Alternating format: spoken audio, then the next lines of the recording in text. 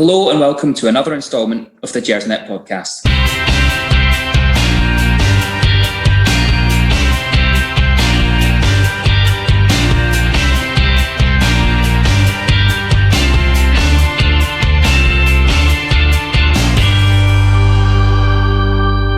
Well, the games are coming thick and fast and the football is well and truly back. This week on the show, we've got two Rangers wins to dissect, starting off with a strong, resolute, if not overly exciting 2-0 win over our cheery neighbours St Mirren. We'll have a look back at all the talking points from another sturdy display, despite being a man short for the majority of the game. And then we'll discuss what might well go down as one of the great Ibrox European nights, as we dispatched Maribor last Thursday evening, and we'll look ahead to a massive midweek fixture in Slovenia. And finally, the English transfer window closed this week, which has had a few repercussions on the squad. We'll provide an update on the ins and outs and we'll look at all the latest speculation. My name's Ross Bennett and I'll be your Gersnet Podcast host today. And I'm delighted to say that we're joined firstly this evening by one of our regulars, David Fraser. David, how's things this evening? Not too bad, thanks Ross. Another good victory today and on the back of Thursday night, so all looking good. Aye, absolutely. And secondly, we've got the man who seems to have placed a bugging device on Mark Allen's phone, because there's no other way that he's getting those transfer scoops. From the excellent Four Lads Had a Dream blog, we're joined tonight by Stevie Clifford. Stevie, welcome back to the pod and thanks for joining us. Hi, good evening guys, how are we? Aye, very, very good, thank you. Right, like I say, we've got plenty to discuss this evening, so we're going to crack straight on. We're recording this on Sunday night, it's just a few hours after the final whistle, so for us it's all very fresh. We've just beaten St Mirren 2-0 in the first league game at Ibrox for the season. Stevie, I'll come to you first. There was a number of changes in the starting lineup today. Obviously, we played Maribor only a few days ago, so there was a number of changes. Borna Barisic comes in for his debut. Tavernier dropped to the bench. Jamie Murphy comes back to the starting lineup. Do you think that this was maybe a little bit of a shuffle about because it's a European fatigue? Yeah, didn't really read too much into the starting 11 or subsequent bench today. Obviously, Arfield would be in there. Others, obviously Tav, we would expect Tav to start being the captain, things like that. So for today, in my opinion, he's just shuffled his pack slightly. A wee rest here and there for those that maybe needed it. The wingers, obviously, for midweek, Candace put in a power of shift, Arfield again in the middle. So yeah, I wasn't surprised by today's team selection. Also as well, he would have wanted to look at Barisic. And from what we did see him over the 60 minutes, he can be really happy. He looks like he's going to be a cracking player for us. He's got an excellent left foot and his delivery, as we've seen for the second goal, was excellent. So yeah, all in all, wasn't really surprised with the lineup. Didn't really make much sense ahead of Thursday night to play guys that maybe were a wee bit fatigued and things. So yeah, all in all, just what I considered, just what I was expecting really. So no issues with the 11 he selected, to be honest. No, I think you're right. But David, I think something for me that stuck out was that this was a much changed squad, but still a very strong squad. I don't know if you feel the same or if you think that this was maybe a slightly weaker starting 11 with one eye on the fact that St Mirren are a slightly weaker opposition. We're at home, and obviously we've got an eye on Thursday. But for me, it was still a strong team. How important is that strength and depth going to be over a long campaign, hopefully, if we do continue to progress in Europe? Well, it's vital, Ross. I agree with you. I think the lineup was strong, given the fixture that we had to take on. I thought the performance was good.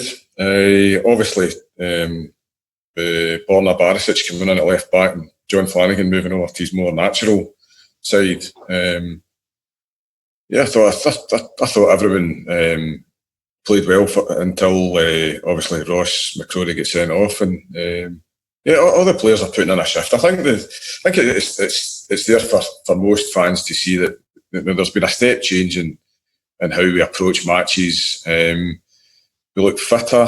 We look as if we've got more stamina. And obviously, as the game wore on, I mean, that's two 90 minutes inside the space of 7 days that we've went a good distance in terms of time played with 10 men. So it looked, for all intents and purposes, in terms of managing the game, that the Rangers are 11 men in the park. Obviously, with a lack of maybe clear-cut chances that Rangers created, even though they did create some chances, you could point to the fact that there was a man missing. But I think overall, I think the team, and the substitutes that come on showed that, we've definitely progressed in terms of strength and depth. I think you're really spot on to bring up the stamina, which is a huge point because, like you say, we've played 2 league matches and the majority of that's been with 10 men. I've seen a stat going around this evening that we've played 180 league minutes of football this season, and 140 of those were with 10 men. So out of 2 matches, we've played 40 minutes with 11 men. And in that time, we've conceded 2 shots on target, sorry. So 140 minutes with 10 men, 2 shots on target against. And that shows discipline and structure and mental strength, but it also shows stamina and physical ability to get through that. And the more we see this kind of stamina and physical ability, the more I think that those 10 days the lads had out in Spain must have really had a big impact, because you're right, we are fitter than we've seen for a while, which is great to see. David, staying with you, you've both mentioned already Borna Barisic came in for his debut. And I'll be honest, when first the signing happened quickly, but when it first sort of got announced that we were linked with Borna Barisic, I sort of couldn't see the point, because I thought we've got Tav at right back, who's captain, not likely to be dropped very often. Flanagan's come in and done a solid job at left back. We've got reasonable cover in Declan John. Obviously now that's no longer the case. But I sort of couldn't see the point in spending another £1.5 million, £2 million on a fullback. I think today, even though he was only on for an hour, showed that I was wrong and that he can be a very, very important player for us. David, what did you make of his debut? The one thing that kind of stuck out for me was how high up the pitch he was. Now that could be, the tactics that were set out to combat the opposition that's in front of them. During the 2 games against Osijek, I thought Borna Barisic stuck out like a sore thumb for them. He's obviously the captain.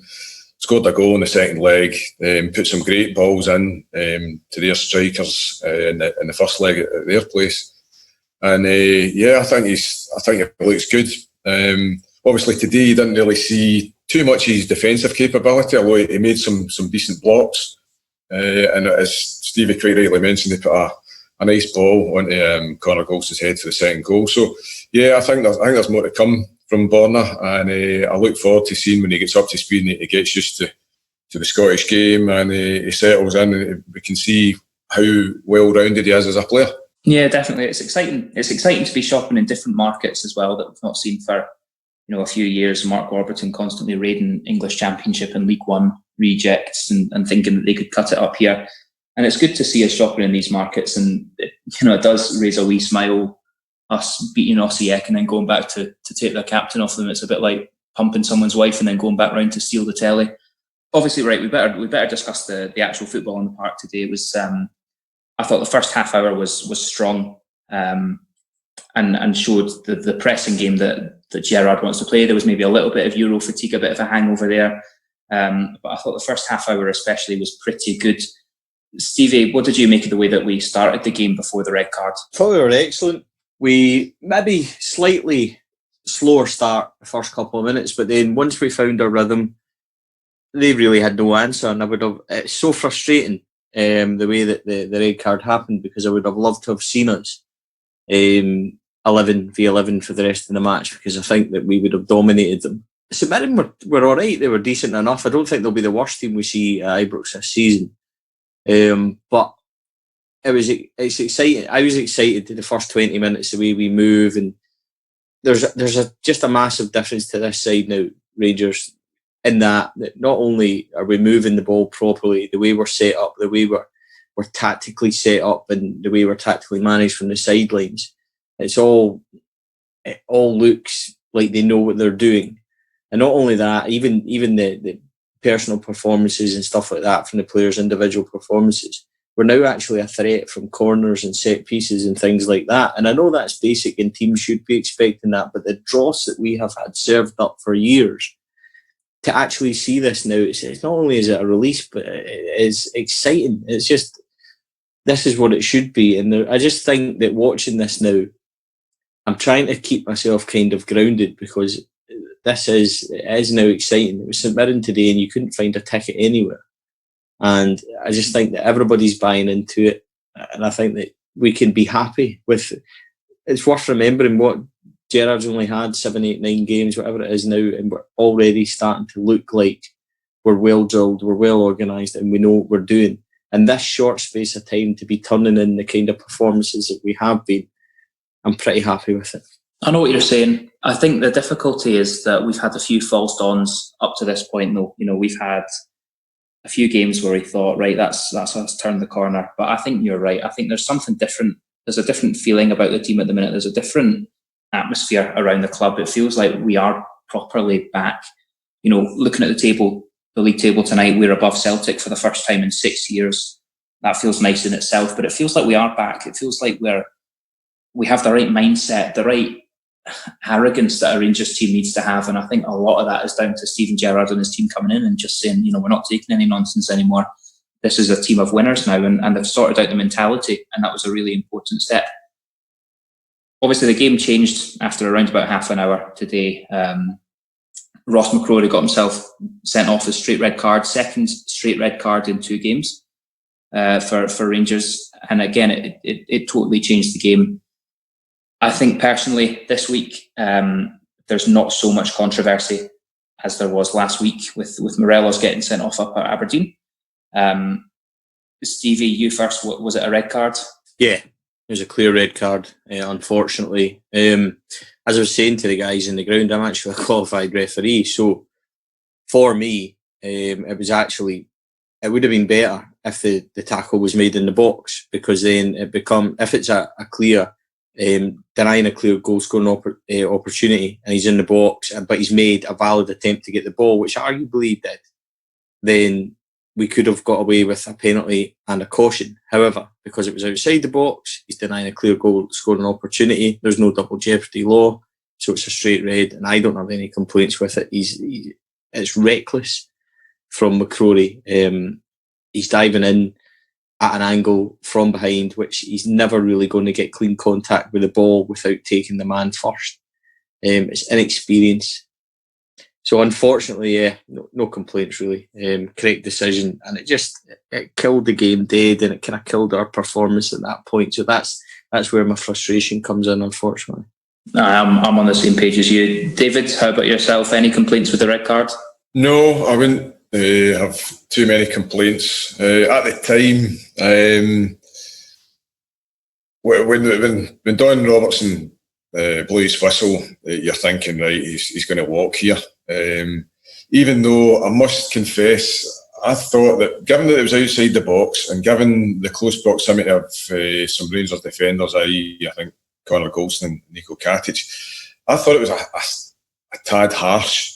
I've not seen it back. If Stevie's saying there that he lunged in and didn't play the ball, then I'll go with Stevie's judgment. Where I sit in the ground, I had a pretty good view of it. But as Stevie quite rightly says, when you make that type of challenge, either from an angle, but you're coming from the rear of the player that's on the ball, you've got to make contact with the ball. You've got to, the overwhelming majority of the tackle has to be you making contact with the ball. And obviously in the referee's judgment, that wasn't the case. And Ross, unfortunately, showed a bit of immaturity there and had to go.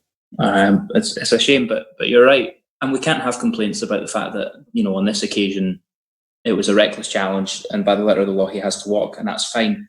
And actually, over the past week, especially, you know, since the Morelos incident up at Aberdeen last week, there's been a lot of negative media aimed at Rangers and Rangers fans and having a paranoia about refereeing decisions. And here, the referee was right. The referee should have sent off Ross McCrorie, and that's fine. It was a mistake from the player. The bit where I start to have a bit of difficulty is when you compare that to other decisions, not necessarily other decisions in the game today. I thought the ref was okay. He let a fair amount go. But other decisions across the league and across the different matches, and you look back to Aberdeen last week and Dominic Ball not even being booked for denying a clear goal scoring opportunity in the box where he didn't make any attempt to get to the ball when he pulls down Josh Windass with an open goal, and that's not even a card. That's where the complaint comes in. That's where we start to grumble, and that's not a paranoia thing. That's not a conspiracy thing. It's just a raising the standards issue for me. David, this is not the first time that Ross McCrorie has shown a little bit of immaturity, maybe a bit of naivety lunged into a tackle that he didn't need to, that kind of thing. And he's a young player who's still learning his trade. Would it be the worst idea in the world for McCrorie to go out on loan, or do you think it would be better for his development to stay at Ibrox? Personally, I think it would be better for him to stay in the first team squad. He's not played a lot of football, Ross, and the reason I would say that he'd be better served staying with us, let's say for instance that he was maybe a season further on in his development, and Stevie brings in some of his own players and he slips down the pecking order. I could see the strength in sending him out on loan there, because then the chances are if he was sent out to maybe a smaller team, he might be one of the main men in the dressing room. Whereas I think that the overwhelming benefit of him staying within the first team environment, learning from guys like Gary McAllister and Steven Gerrard, I think that experience that we imparted onto or to him rather will be really beneficial in the long run. Ross has got some tremendous attributes, mainly physical. Technically, he's still a bit raw, and I think that there's definitely more to come from him. And I mean, you're going to probably see that there'll be benefits. You'll see the benefit of hanging on to Ross later in the season, I think. Because as I say, the longer he goes on training, day on day, he's going to get some games. I don't think he'll be necessarily an automatic pick in the first team lineup. But I think you'll definitely see the benefit of him hanging about, and for him, he can only improve. And today, you'll be feeling it tonight, sitting at home thinking, why did I do that? And as long as he goes in, he holds his hands up. He probably went into the dressing room and said, "Sorry lads, I let you down a wee bit there with, an error in judgment." But if he knuckles down and he learns and he doesn't make the same mistake again, then we can let that go today. It's just it's part of his learning curve. I take the point, and I think he does. You're right. He has some wonderful attributes, and he has a lot of potential to go very, very far in the game. I think he does the basics really well a lot of the time. But what I question sometimes is just his decision making, and it's a maturity thing. It's that he'll sometimes make the wrong decision, I think, and so I wonder if it would be preferable for him to go and improve that side of things, more the mental side of the game, in an environment where there's less pressure. To go and learn better decision making somewhere where 50,000 people aren't going to be on your back when something goes wrong. Stevie, how about yourself? Do you think it would be better to hang on to him for the season, or to let him go to another SPL club, maybe somewhere that he could be one of the standout performers week in, week out? No, I think I just basically agree with what was being said, that he's better here, learning from Steven Gerrard and Gary McAllister, who are two of the most outstanding midfielders for their countries in the last 10, 15, 20 years. If he can't learn off them, then he's never going to make it. But in Ross's defence, I would say as well, Ross has been shifted about quite a bit. He's went from right back to centre back. Now he's a defensive midfielder. He's still young, he's still raw, he's going to make mistakes. Today is a learning curve for him. And the funny thing was, his first 15, 20 minutes were excellent in the middle. He was winning tackles, he was strong, he was using his strength. But like any youngster, eager to impress and keep his place in the team, and that he's just made a basic error today. It'll be pointed out to him and he learns. And as was already said there, that if he doesn't learn from this is where we would worry and maybe look at it again at Christmas time. Is he not learning? Is he not developing as we are? Does he need more constant 90 minutes? Then perhaps revisit it there. But for me, he's the best, possibly the best youngster coming through at the moment, and we have to try and nurture him and develop him ourselves. And that's an important remit for the management team as well. And they're more than capable with their experience of doing it. So for me, he stays and he continues with the first team. Maybe look at it again at Christmas if it's not going well. I think that's a fair point. It's very well put. Today, he did not cost the team, right? We didn't go on and win 5-0, which it looked like we could have done in the first 25 minutes. But ultimately, he's let himself down. He'll miss a game or two with a suspension. Ryan Jack should be coming back in, so it's fine. the team doesn't particularly suffer from today. It's just, you're right, he's got two of the greatest role models he could possibly have in that position, and it's he's an exciting player, and I think he's a player that could have a hell of a future at Rangers and beyond that if he wanted to. So he's a great player to have around the squad. You're right. So obviously he goes off after about half an hour, and we're left to play another 60 minutes of football with 10 men. And Alan Stubbs is, he's a butt of a few jokes, but he's no mug in the way that he sets his team up, especially against Rangers. He always sets his team up well. I think again today he made the right tactical decision to set up in such a way to try and frustrate Rangers. And it would have been quite easy to fold and capitulate under the pressure of that. But we didn't. We held out firm and came away 2-0 winners. Stevie, for the rest of the 60 minutes, who particularly impressed you today? Ovie Ejaria. I thought he was excellent in midfield. I've seen a different side to him. I thought we were getting a number 10 full of tricks and kind of speed and things like that. But what we've actually got is somebody I think that maybe is suited to a slightly deeper role. More of a midfielder, a central midfielder than I thought we were getting.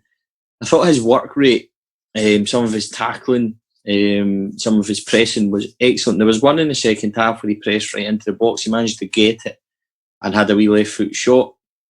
He was the one that impressed me. Aside of what we already know in terms of Golson, Katic, Barisic 60 minutes, Koulibaly's just an absolute monster. He is incredible. He's the guy that we've been wanting now for the last 5 or 6 years.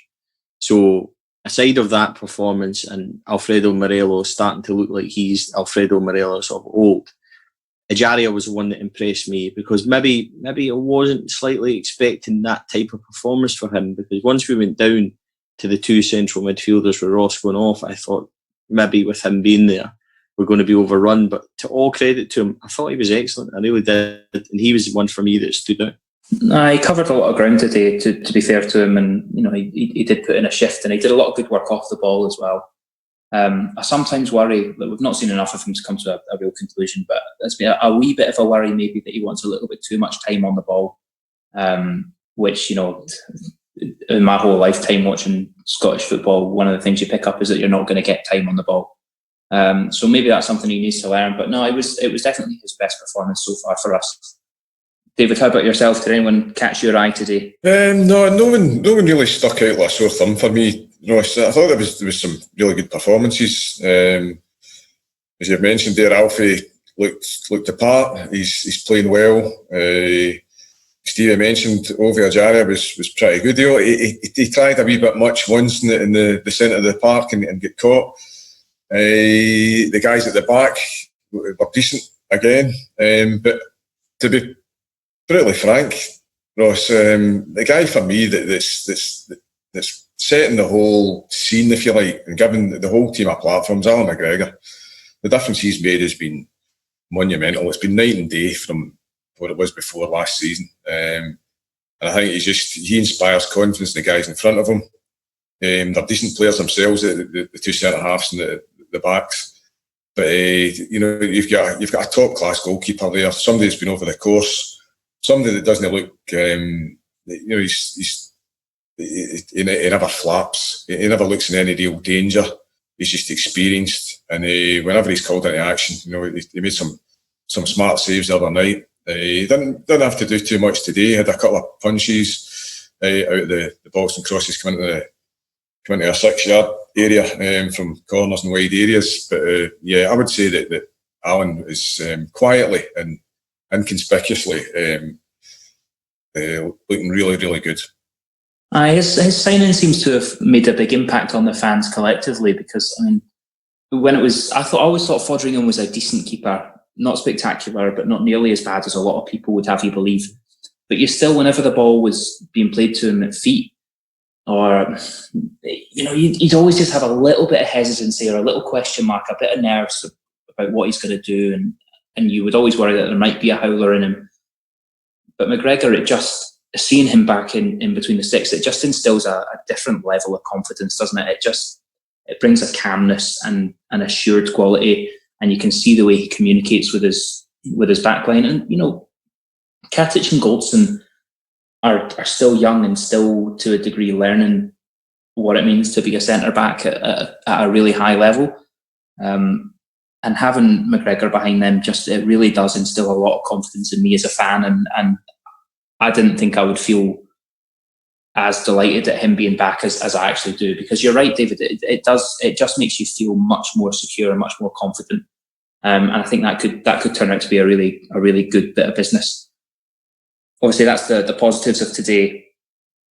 In that, we've gone down to 10 men again and held firm and come away with a clean sheet and a 2-0 win. But St Mirren at home is probably going to be one of the easiest fixtures we have on paper, at least. So, David, what do you think needs to improve for when we come up against more difficult tests in the SPL? In a phrase, chance creation, Ross. We've spoke at length about this in previous pods last season. Still a bugbear of mine. We're still over-reliant, and I know James Tavernier didn't start the game today. But I think, as we'll probably touch upon in the next segment, the other night against the Slovenians, there was still an over-reliance, for me anyway, on James Tavernier driving the team forward. Now, it looks as if Stevie's partly addressed that by bringing in Borna Barisic, and if we manage to navigate the second leg on Thursday to progress to the playoff round, and if we manage to get through that into the group stages, I think I'm right in saying that Borna Barisic is eligible to play for us, which is going to be good news. But in the league campaign, I think you'll see Borna will be a source of supply.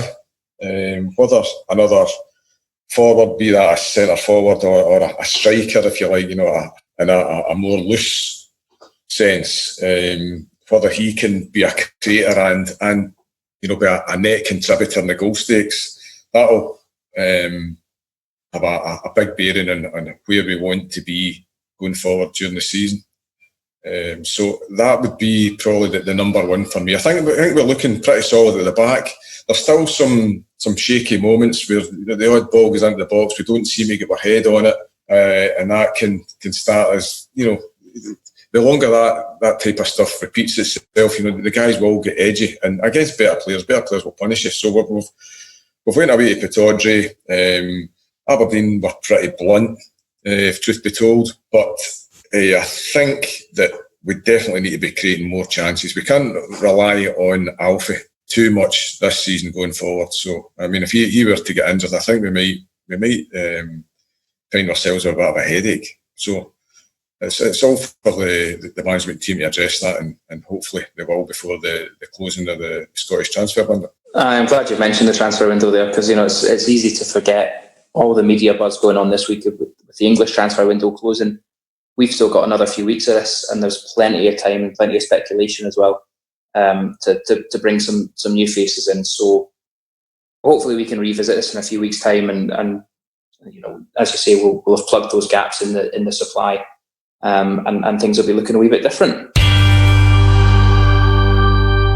So obviously St Mirren was the second game that Rangers played this week, after a quite stunning 3-1 victory at home against Maribor in the Europa League third qualifying round.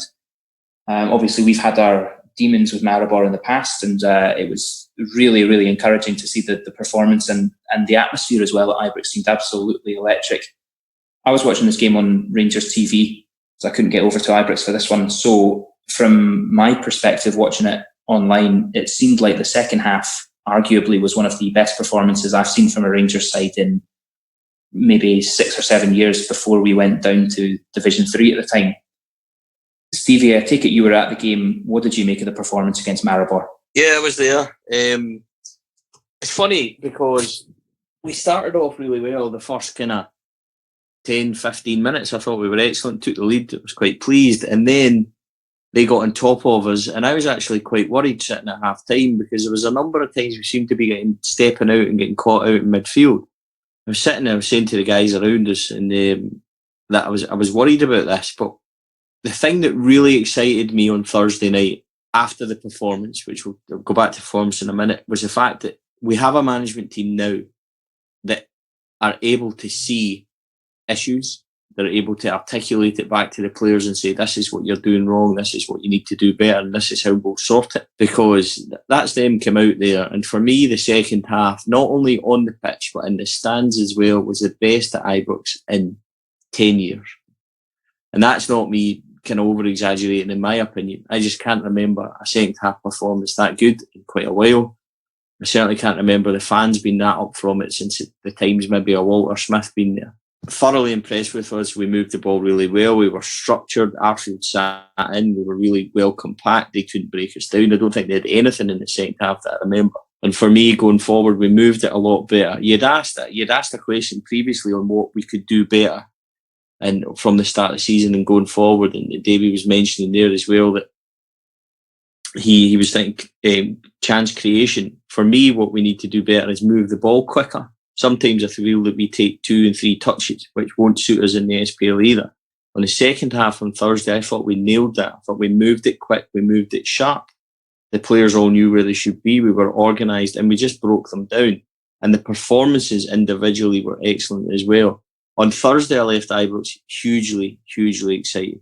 I was really, really happy with it. And yeah, second half wise, first 15 minutes in the first half, I think that's the best we've looked in several years. And it's certainly contributed to a real buzz at the minute. And this is part of the reason that we all think that we're back and that things really have changed. And it was down to a really electric night at Ibrox on Thursday. David Stevie mentioned there that the management team seemed to notice that the shape wasn't quite right or certain things weren't working. And actually, Stephen Gerrard himself came out after the game, and in his interview he said, "We noticed that the shape was wrong. We set up incorrectly. Things weren't going right, and we changed it." Now, for me, that's incredibly refreshing to hear because, if you take our last 2 permanent managers, discount Graham Murty as an interim guy, but you think about Pedro, where God knows what his decision making was at times, and his shapes and his lineups, and some of it was just baffling. And then you think back to Warburton as well, who hadn't, famously had no plan B. His plan B was to do plan A better. How refreshing is it to have a manager come in who can see things that have gone wrong, that aren't going right, and have the tactical nous to change it and to get his message across to the team and change the style and structure of the game? Yes, it's definitely refreshing, Ross. Obviously, you mentioned the word nous there. Stevie and Gary McAllister, they're bound to have nous. They've played that position.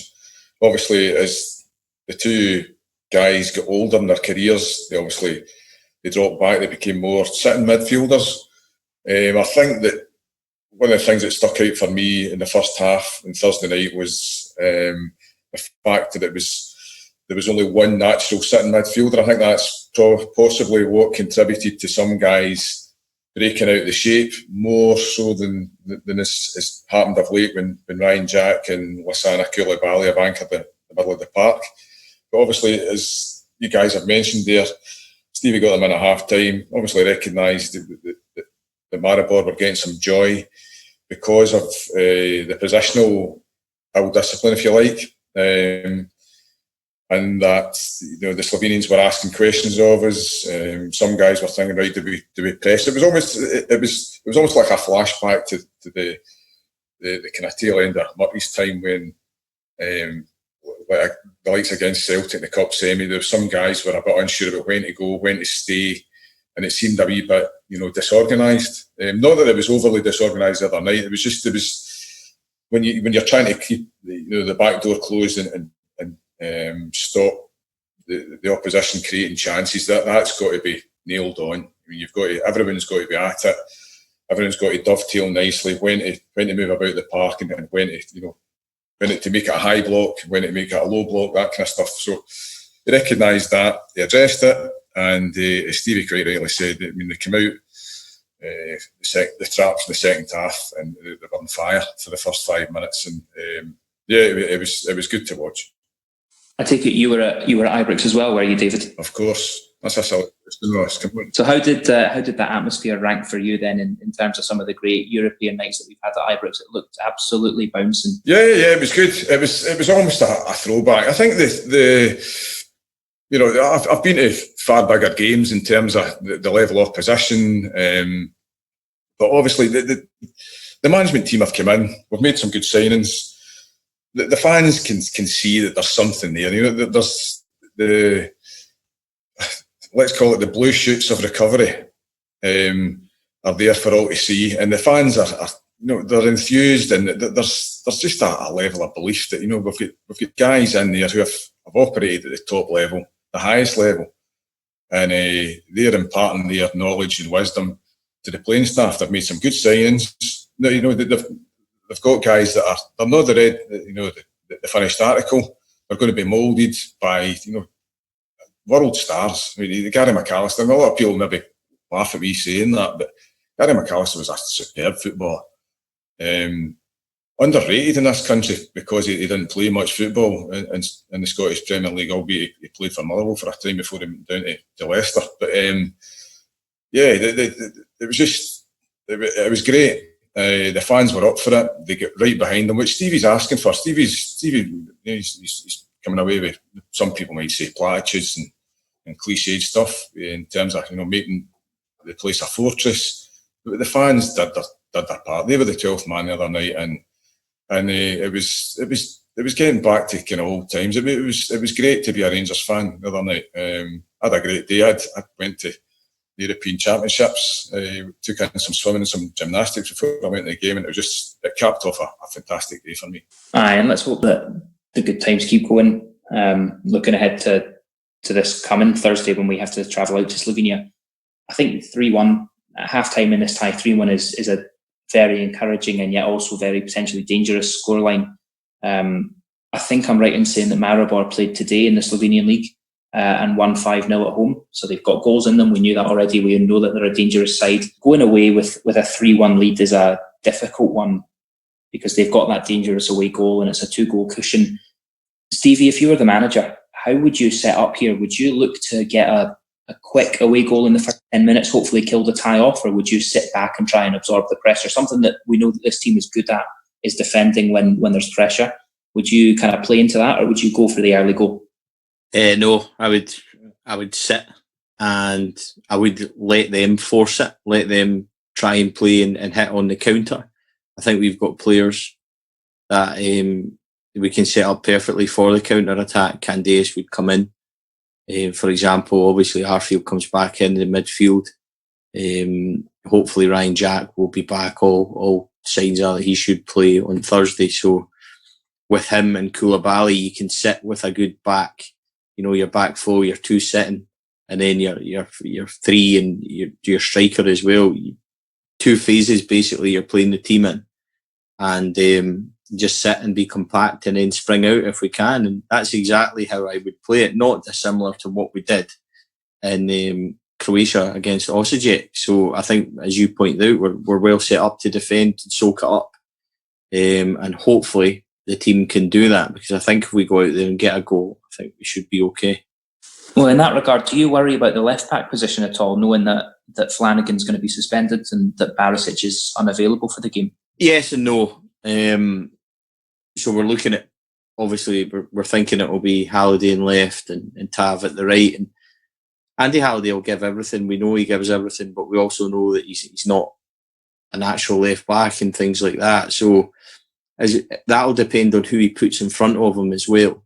For me, I don't think it can be Murphy, because I don't think Murphy's fast enough to help Halliday at left back. So I would maybe go with somebody like Kent on the left-hand side who might be quicker to get back and help. But it's one of those things, if we have a 2-goal lead, we should be going there with confidence and to do our own thing as well.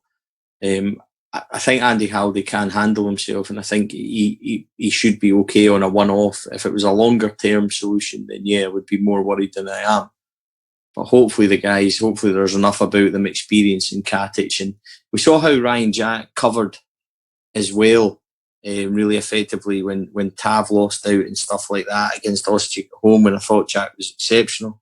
I wouldn't be surprised if he alters it slightly and puts Jack over on the left kind of side of midfield to cover back for Halliday. So the other thing as well that we do have is we've got a management team in Gerrard, McAllister and Michael Beale. They know what they're doing. So I don't fear it as much previously. Maybe I'm still in the Steven Gerrard kind of love mould at the moment where nothing can go wrong for him. But certainly for me, I'm prepared to trust the management that they'll know there's a weakness there potentially, and we'll sort it accordingly. I think that's very well put. It is a bit of a concern, but you're right.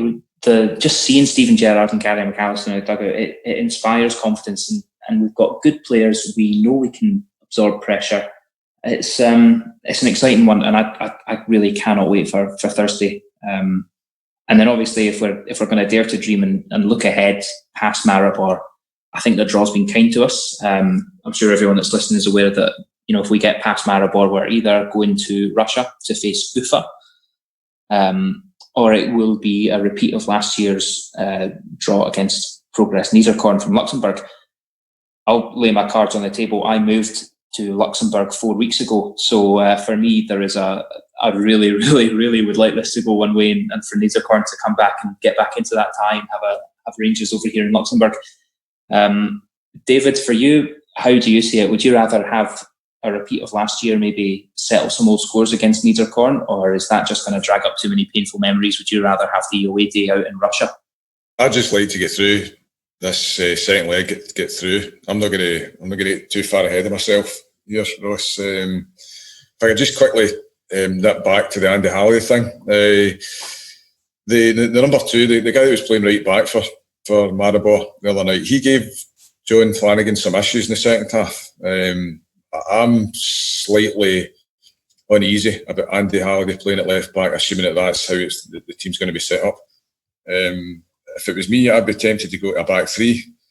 I know that there's, there may well not be the personnel to deploy that formation, but that's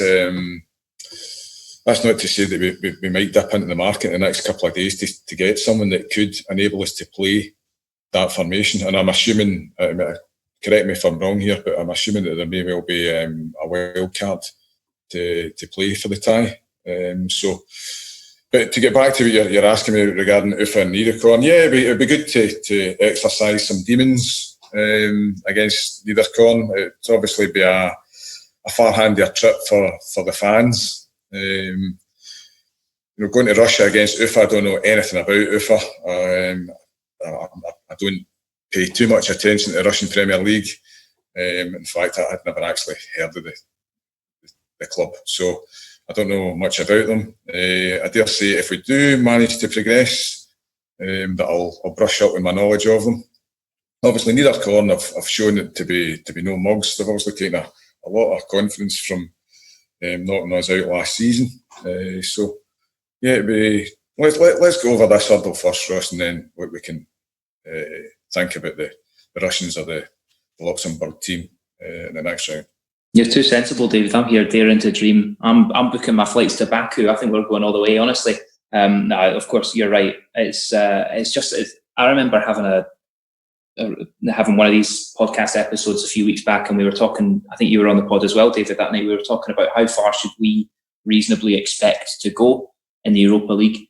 And I think we all kind of said, yeah, we should get through the first qualifying round. Anything after that might be a bit of a bonus, because of the way that the coefficient works and the seedings and that kind of thing. So for us to be now looking at who we might well be getting, if we get through 90 more minutes of football without losing, then we're in the fourth qualifying round, the playoff round. We've got a reasonably favourable draw in that we've got either Progress Niederkorn, the second or third best team from Luxembourg, or the sixth best team from Russia. Both of those teams, to me, should be beatable. I don't want to do any team a disservice or be disrespectful, but both of those teams, for me, should be beatable. So we are looking so favourable to get into the group stages, which 3 or 4 weeks ago when we recorded that podcast, for me was just absolutely... I wouldn't have thought that possible just because of the way these qualifiers are set up. And I'm absolutely delighted that Steven Gerrard's come in and been able to immediately give us a bit of a European run. I think the fans needed it as well. So I think it's really, really positive in that regard.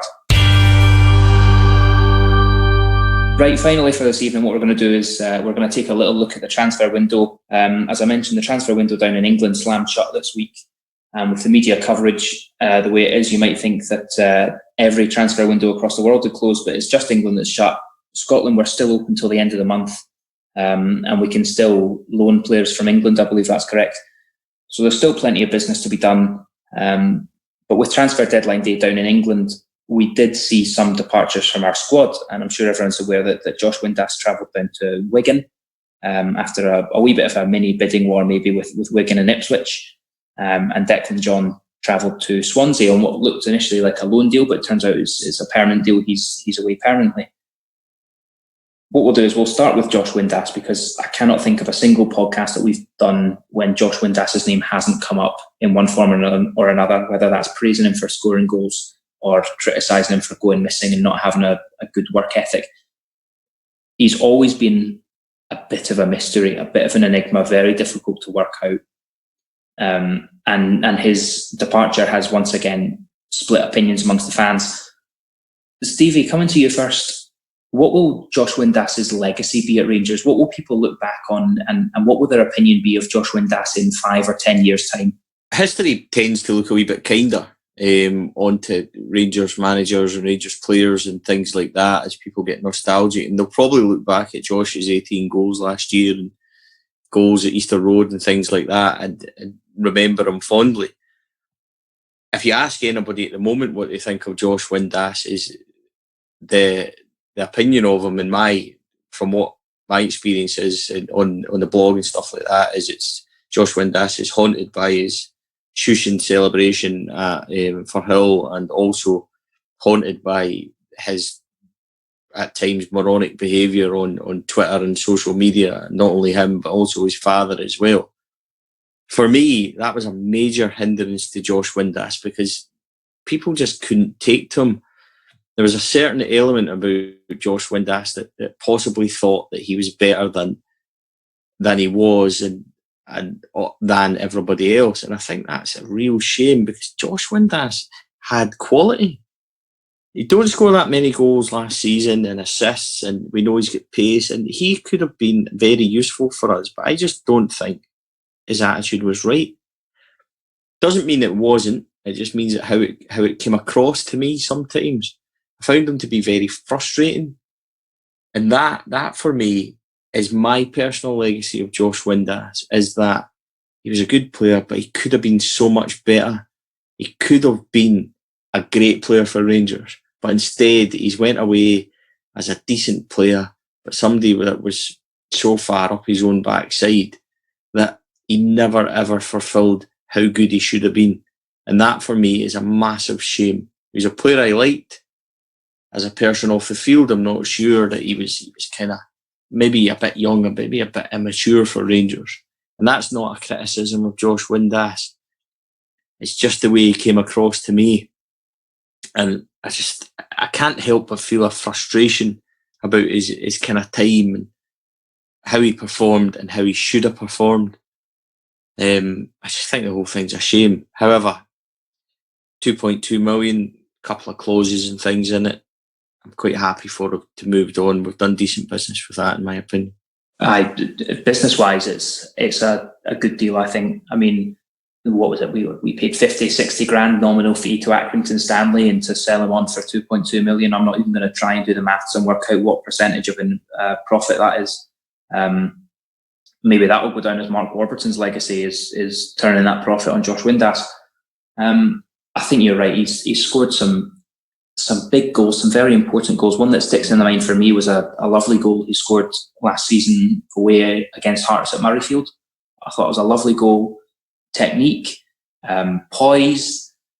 You know, he showed composure. He showed he had a good brain on him at that point. But some of the things that he does off the pitch, some of the things he does on the pitch, it's just brainless. It's just senseless. And maybe it is. There's just too much baggage with him. But you're right.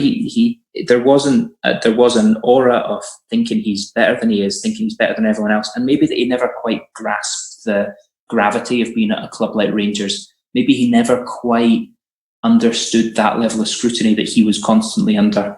And maybe he did. Maybe his way of responding to the stresses and pressures of playing for Rangers was to act like a bit of an idiot at times on the internet. And fair enough, he's a young guy, and it's such a culture change going from Accrington Stanley to playing for Rangers. And we shouldn't underestimate that, because not many people will ever kind of have to make that switch. What I will say though is, anyone that's listened to these pods regularly will kind of know my opinion on Josh Windass, and I've been very critical of him in the past. I think he's a good player, but he wastes it, and he wastes a lot of good feeling that the fans have for him. I think there's the difficulty with Josh Windass comes in that he's not bright enough to have realised what he had and what could have been. And playing for a club like Wigan, I think he'll do very, very well. I just think it's a shame that he could never have kicked on and been the player that he probably could have been if he fulfills his potential. Which, you're right, Stevie, it's just a shame. David, how about yourself? What will your lasting memories be of Josh Windass? Difficult to say, Ross. The overwhelming impression I got of Josh Windass was that he was a player that needed to be loved, both by his coach and the fans. As Stevie mentioned, that Josh had attributes: tremendous pace, great acceleration, and he could finish. Obviously wasn't the finished article by any manner of means, but I thought that this season that this would have been the season for him to really push on and show us what he was capable of. Obviously, he's asked to play in a certain position. The manager's taken that on board and said, well, I can't guarantee a lot of game time there. I see you playing elsewhere in the team. And I think the lad himself has said, well, I prefer to do myself justice in the position that I feel I'm strongest playing. Hence the reason why he's went to Wigan. I agree with you entirely. He's went to a smaller club, and he'll never play. Well, I'll stick my neck out here. I don't foresee him playing for a bigger club than Rangers. So, overwhelming. I think the feeling about him is disappointment. I think there was talent there that could have been honed and nurtured and taken on, and he may well have became a really good player. Whether that was enough to earn a big money move, a really big money move down to England and break into the England team, I don't know if he'll ever make that standard, but you never know. So I think the overwhelming feeling is one of probably disappointment, actually. Yeah, I think that's a feeling you share with probably most of the Rangers fans, if I'm honest.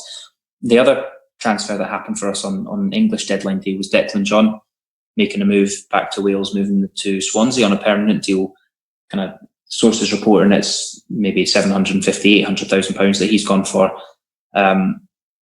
We brought him obviously on loan originally, and then made that loan deal permanent last January, I believe. David, staying with you, Declan John for me wasn't a bad player at all when he came and did a job. But with us signing John Flanagan and Borna Barisic, who are probably a level above, was the writing kind of on the wall for Declan John this season? Yeah, I would have thought so. Declan John, he's a decent player. Don't think he's a terribly great defender. More one of these kind of a modern day attacking wing back almost. Definitely, his best attributes are definitely going forward rather than going back the way in the pitch. And I don't think he was ever going to really bypass John Flanagan in the selection stakes. So that's before he even factored Lee Wallace into the equation, assuming that Lee would still have a future. Obviously, Borna's came in, and again, given Declan's size, I really, I think there wasn't too many ways back into the reckoning for the guy. So I also heard that I think his mum's apparently not well, so I think that may well have played a part in him getting back home. So yeah, all the best to Declan and Josh for that matter. Absolutely, all the best. I think Declan John will go with the best wishes of every Rangers fan. He came in when we needed him. He did a solid job, and he's been moved on for, again, excellent profit. My lasting memory of Declan John will be a game away at Hamilton that I was at last season when we went 1-0 down quite early on, and then Declan John scored twice. And he ran the game that night. He was absolutely superb. So I think he does go with every Rangers fan's best wishes, and I'll keep an eye out, and I hope he does a good job down at Swansea. I see that their fans haven't taken too kindly to him, given that he used to play for Cardiff, but I hope he does well. But I think we probably did need to improve. Most fans will have acknowledged that we needed to improve in that area. and I think it's clear that we have done.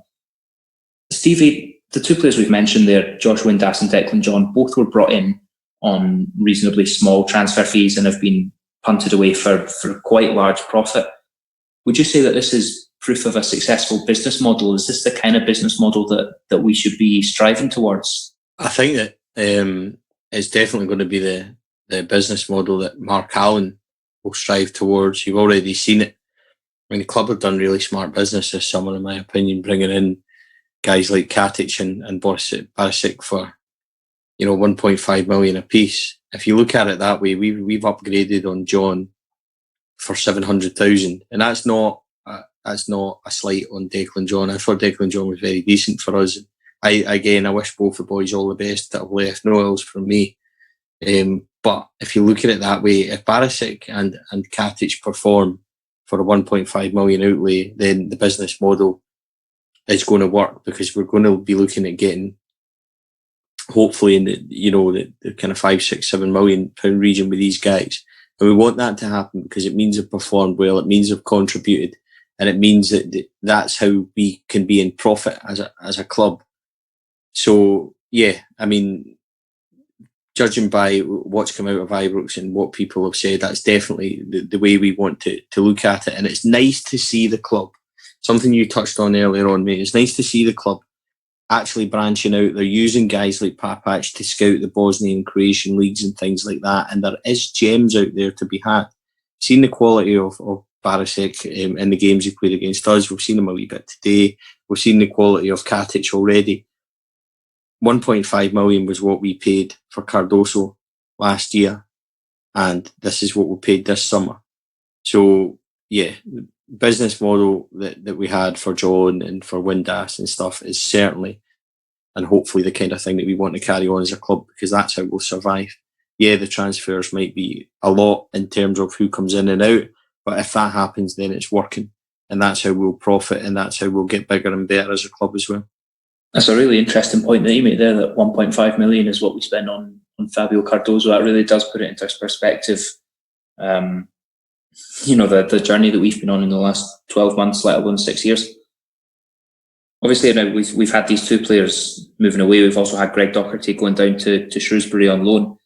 But I think most fans will kind of acknowledge that there are still gaps in the squad that could probably be filled. And for me, and I think for most fans, we're looking at maybe trying to strengthen and reinforce in the striker area. We really should be bringing in someone else to push Morelos and Umar Sadiq. There's rumours flying about, particularly the Kyle Lafferty rumours. Colin mentioned these last week on the podcast, and the Kyle Lafferty rumour is going nowhere. He scored a wonderful goal against Celtic this weekend to give Hearts 3 points there. That rumour doesn't seem to be going away. The Dominic Solanke rumour on loan from Liverpool also doesn't seem to be going away. That might have been slightly impacted with Liverpool losing a striker down to Southampton on transfer deadline day. It's hard to say.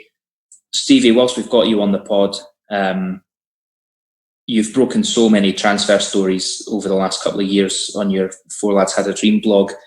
I take it you're picking up on these Solanke and Lafferty rumours as well? Yeah, I mean, the Solanke one has been there. We blogged on the Solanke one possibly, I think it was the start of July, and we basically said that we had learned that there was a tie-in with Liverpool, and we'll basically have first option on anyone that's outgoing.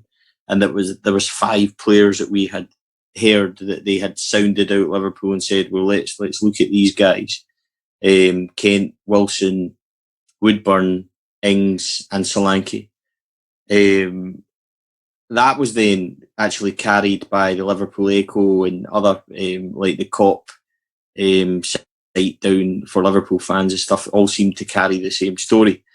So from there, the Solanke rumour really hasn't went away. There's a lot of people saying that he's the jewel in the crown and things like that.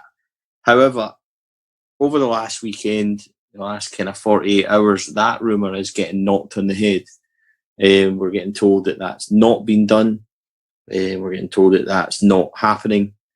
So a couple of things to remember here as well. We've said this on previous pods as well, that there's no doubt now that the club are operating differently. they're not as open and honest with the kind of papers and journalists and things like that. They're not telling them anything. There's only 3 real people at Ibrox that know what's going on in transfer market. It's Mark Allen, Andy Skolden and Stephen Gerrard, and it's close-knit, and that's how they've stopped things getting out, because the amount of things that were getting out in January, I mean, we practically knew everything about the club, and they've really done well with help to kind of plug that now. You still get the odd thing coming out, and that means basically comes from teams down south and things like that. I mean, Gerrard was talking about the Jack Simpson deal and how he was upset that news had come out. That came from Bournemouth themselves. Looks as if that's been knocked on the head as well due to their injuries. But going back to the previous one, we're talking about Kyle Lafferty. Over the last 48 hours, again, with the Solanke news, Lafferty, both clubs are talking again, and they seem to be close, we think, to an agreement. And we know that Kyle will walk here. I expect that one to be done. Everything is pointing towards it being likely. All the people that I speak to are saying that they expect it to be done. There's a lot of people saying maybe it'd be done Monday, Tuesday and things like that. I don't like to put a date and things, because Rangers have said that things are going to be done and it's taking days and ends and all past it. But yeah, I mean, I'm certainly expecting, hoping that Lafferty will be done. But as you guys know, with until things are kind of, until he's standing at Ibrox with his scarf in the air, anything can happen. But Kyle Lafferty, to me, hopefully by the time this goes out on Tuesday morning, hopefully that we'll be a lot further on with the Lafferty deal. David, how does that sound to you? Kyle Lafferty comes with a certain history with the club, obviously, but also with a certain amount of baggage. Is Kyle Lafferty the answer to our striker gaps there, or do you think it's a risk not worth taking? From a playing perspective, I would back it. He's obviously so fit to go public with his gambling issues last season. If he's getting help for that and he's getting over that, then I wouldn't tend to have too many worries about him. The only question mark I would have is possibly over his temperament when he's playing Celtic in a Rangers jersey, and other clubs for that matter. But I think that Kyle Lafferty that we can remember playing for Rangers laterally before he left, and the Kyle Lafferty that's playing for Hearts, I think you've seen a more mature player. I think his experience in playing with Sion and in Switzerland and Palermo in Serie B, he's seen other sides to life, other ways of doing things. I think he was criticised by the Palermo president or someone within the higher echelons of the Palermo setup about how he led his life off the pitch. He's probably did a bit of self-appraisal, and by all accounts, I think he's quite happy in his private life. So, yeah, from a footballing perspective, I think Kyle Lafferty could be a worthwhile buy, providing we get him at a good price. And I think he'll take a lot of the weight off Alfie's shoulders, and I'd like to think that with him, Alfie and Umar up front, and possibly Jamie Murphy playing a more central role, I think we might be not too badly covered in terms of when it comes to strikers. For me, the important point there is for the right price. He's not someone I would want to spend a huge amount of the budget on. I don't imagine his wage demands would be too concerningly high. But there's no point in spending over his value. I think he's a decent player who will score goals and will put in a shift for the team and has the heart to play for Rangers. But he has a value, and there's no point in paying extortionately over the odds for him, because as Stevie's mentioned actually earlier on the pod, there are gems to be had in other markets. And so if we cannot get Kyle Lafferty at a certain price, I think we have to stand firm and walk away, because there will be alternatives. We have a decent scouting system now, and there will be alternatives out there. Stevie, just one final point. We've spoken there about possibly needing to bring in another striker. Do you think there's anywhere else on the park that we need to be strengthening, or do you think that will kind of be business done? No, definitely going to bring in a centre back. That's as far as strikers are concerned, that's as much a priority for Gerrard as it is a striker, so I would expect them to be done. But there's other things to consider. I think maybe still be in the market for a midfielder, possibly a number 10 kind of role. It looks like Graham Dorran's ankle injury is pretty severe. That is the bad news received in the last few days. He is being sent down to London by the club, and from the player itself, we don't expect to see him in this calendar year. So that's really disappointing. Would they then go to replace him? Would they use the Windass money to replace Windass and get a number 10? We think that Dorrans might have been playing there. So that leaves us short. So I wouldn't be surprised. And I still expect a centre-half, a striker, and somebody else in that kind of midfield role. So yeah, I mean, I think there's still scope for excitement for us. With the English transfer window closing, Gerrard's connections, you never know what can happen there. But there's still business to be done for Rangers, in my opinion. There you go. There's a wee Gersnet podcast exclusive for everyone. I think you're right. You know, we sometimes can forget that there's these transfer windows go on for so long, and there's still a few weeks left of this one. And there's a lot of talk about, you know, in England, obviously they shut their transfer window this season before the league started, so that the squad that you have is the squad that you go with. And a lot of fans favour that approach. But I think there's a lot of merit to be had in having a transfer window that extends into the season a wee bit, because, you know, in our position, especially when we've had such a high turnover, I think it's something like 21 players released or sold, 11 players brought in at the moment. Such a high turnover of players. It's good to see these players getting a few games, and with that proper game time, we can identify where we still need to improve. And I think that's very useful for us at the moment. So I think you're right, Stevie. I think there has to be movement up front, movement at the back. And if that's true about Graham Dorrans, you know, not coming back for this calendar year, then, you know, with Greg Docherty moving down to Shrewsbury, with Josh Windass going to Wigan, you know, maybe it does leave us a little bit light in midfield. I guess then the question will always be down to budgets and to the finances, but that's I guess that's the way of every football club. So to end the show this week, we're going to do the same segment as we do every week. It's the infamous Sevco of the Week. This is where we trawl Twitter and try and find the most obscure, random or downright deranged reference to Sevco from a moronic Celtic fan.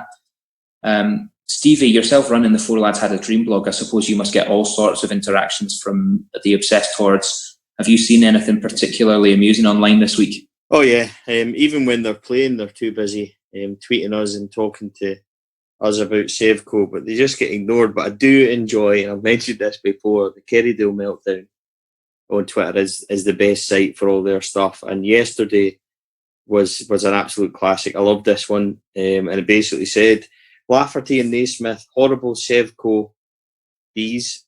We're meant to be champions and they're just effing laughing at us. I feel like I'm going to faint. Genuinely, weekend ruined. I'm so gutted. I just thought that was lovely. Genuinely weekend ruined. I'm so gutted. It's right. Firstly, I've never fainted at a football result before. I'd love it. I love how upset they get. It's almost poetic, that the emotion coming through there. I can really feel it. I've got one myself as well this week. Has found a Twitter account, just goes by the name of Joe. He's not even got a picture of himself, but Joe clearly has his finger on the pulse this week. He's pointed out there's a rumour going round that it's actually Liverpool that are paying Gerrard's wages, like a loan deal or something.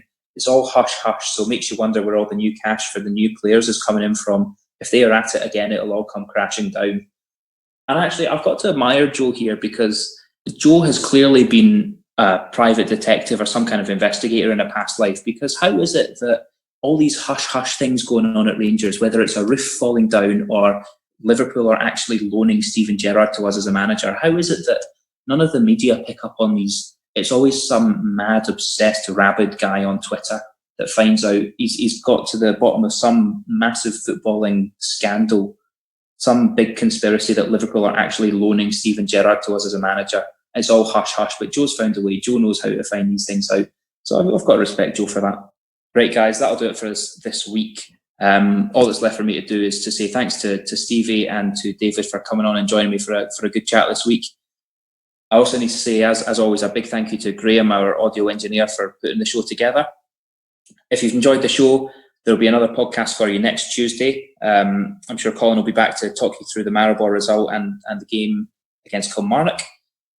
If you've enjoyed the show, you can also check out the Gersnet website, gersnet.co.uk, join the forum. All the contributors from the podcast tonight are on the forum, so you can have a good chat and debate with us up there. Also look out for Gersnet on all the social media pages, Twitter, Facebook and the like. What I'd also like to say is if you've enjoyed the show, definitely head over to check out the We Welcome the Chase podcast. They're good friends of ours here over at Gersnet, and they always put together a very slick professional production. So if you've enjoyed us, definitely check them out. So that's going to wrap it up for us here at Gersnet Podcast. Hope you enjoyed the show, and we'll catch up with you guys next week.